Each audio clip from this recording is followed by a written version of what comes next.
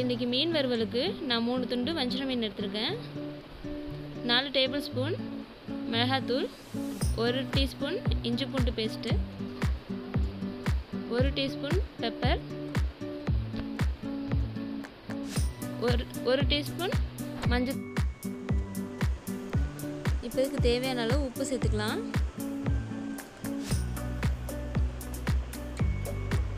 இது நல்லா கலந்து விட்டுக்கலாம்.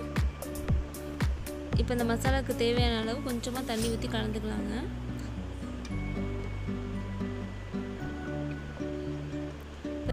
இப்போ இது கூட ஒரு 1/2 லெமன் ஜூஸ் சேர்த்துக்கலாங்க.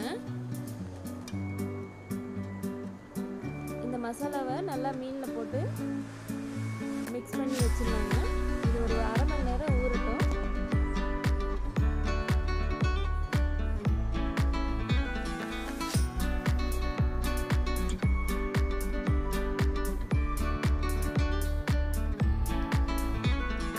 தோசை தவாவில் எண்ணெய் விடுறேங்க.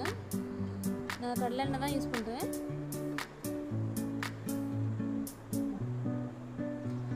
எண்ணெய் சூடானதும் இந்த மீன் அதில் போட்டு பொரிச்சு எடுத்துடலாங்க.